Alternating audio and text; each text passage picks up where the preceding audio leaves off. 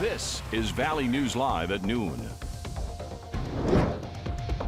We start with breaking news this afternoon. One man is under arrest in northeast Pennsylvania in connection with the murders of 4 University of Idaho students in November. Authorities are now identifying that suspect as 28-year-old Brian Koberger. He's awaiting extradition to Idaho for first-degree murder. Ethan Chapin, Madison Mogan, Xana Kernodle, and Kaylee Goncalves were all stabbed multiple times during the early morning hours of November 13th. A report by the coroner suggests that some of them were sleeping when the attack started. Police in Moscow, Idaho have scheduled a news conference for this afternoon. Be sure to follow it on your VNL News app and valleynewslive.com. Taking that live look outside right now, here we are looking on the interstate. A little hazy out there, hard to see some of the sun. We want to see what we can expect for our Friday forecast with Summer Schnellbach. Good afternoon, Summer. Hey, good afternoon. Thank you everyone for joining us on this Friday. We've had some stubborn low clouds that just don't want to seem to break away today, but some areas seeing a little sunshine. A check of your headlines for this afternoon. We continue to see slightly below average temperatures for our afternoon highs. We've been under a cool start with some areas in the single digits, and we've only warmed up to some low teens so far for this afternoon. Get a handle on my graphics here so we can check those headlines. There we go. Cooler seasonal for temperatures this afternoon. Quiet weather for your New Year's Eve and New Year's Day, and coming up, I'll have an update to the track of that Colorado low for next week. All right, here's a check of your temperatures for your lunchtime hour. 14 in Fargo and Grand Forks, 10 in Detroit Lakes, 19 in Jamestown, 19 in Devil's Lake as well. Your hourly planner for today in Fargo, we stay in the teens for highs today. We stay in between the clouds and the sun, a little bit of mix, hoping to see the sun here in Fargo through this afternoon, and wind remains light out of the south. Grand Forks, very similar trend. A few peaks of sunshine, hopefully here in the next couple of hours. Temperatures fairly steady in the teens. And that's about where we'll stay for the rest of this afternoon. Warmest out in the James River Valley, 21 for Jamestown, and teens for much of northwestern Minnesota. Then looking ahead to tomorrow, New Year's Eve, last day of 22, 24 degrees, midnight 16 degrees. And then for your New Year's Day, ringing in 2023 with high right around 20 degrees. But coming up in a couple minutes, Jordan, we'll take a closer look at the updated track of that Colorado low headed our way for next week. Okay, thank you, Summer. We have new information for you on that police chase and search overnight in Moorhead. Authorities are now releasing the suspects' names. The 2 women are Rachel England and Abby Telehusen.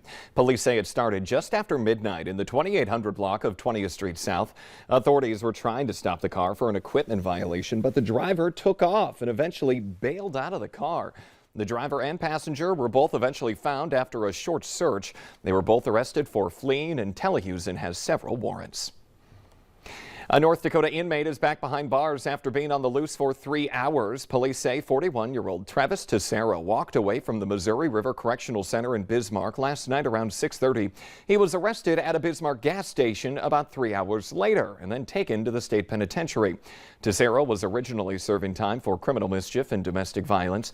He will now be facing escape charges. Formal charges may be coming today for the man arrested after calls about shots fired along I-94 near Mapleton. 43-year-old Derek Hansen is in the Cass County Jail for reckless endangerment, criminal mischief, and DUI. No one was hurt on Wednesday, but one person says their car window was shot out with what police say was a CO2 gun. Authorities say if you find yourself the target of road rage, do not egg that other driver on, and don't pull over unless you are in a safe public space. The Minot Police Department is mourning the loss of one of its officers. 37-year-old Patrick Blanchard was found dead of a self-inflicted gunshot wound Wednesday night near Towner. He was off duty at the time. Blanchard was a U.S. Army veteran who joined the department in 2017. If you need help, you can call the Suicide Prevention Hotline at 988. The Democrat-led House Ways and Means Committee has released 6 years of Donald Trump's personal and business tax returns. As Skylar Henry reports, the former president fought for years to keep them secret.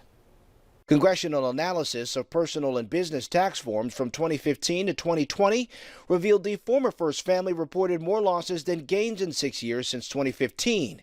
And Trump paid only $750 in federal taxes in 2016 and 17 and nothing in 2020. I've been under audit for so many years. Every year I get audited. But last week, the Ways and Means Committee issued a report that found the IRS did not do the mandatory presidential audits of Mr. Trump during his first 2 years in office and never completed any audits while he served.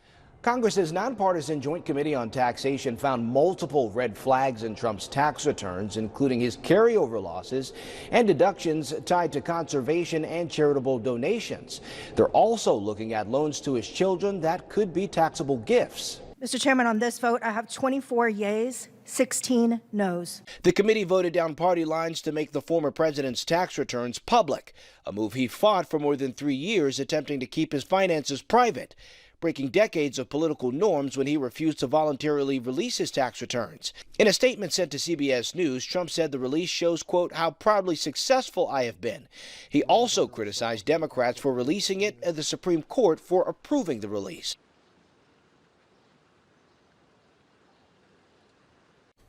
Those returns take on added significance now that Trump has launched a campaign for the White House in 2024. His supporters in Congress call the release an abuse of power and overreach by Democrats, who will be losing control of the House on Sunday. Today is the final day on the job for Cass County's lead prosecutor. Longtime state attorney Birch Burdick is retiring after 24 years as a public official. Kim Hedvig was elected in November. She'll take over for him come January. You may have noticed a few of these things when you're driving around town. Big snow piles blocking the view of oncoming traffic. This example is by MSUM. Now you can see the bank of cleared snow doesn't let you see if a car is even coming forward until you're basically in the intersection. It's especially a problem if you're in a small or low profile vehicle. Easier if you're in a pickup or an SUV. Street crews sometimes cut these snowbanks down, but it's usually only after all traffic lanes around town are already cleaned up. Helping mental health coming up here at noon, how team sports are beneficial for your child's body and mind.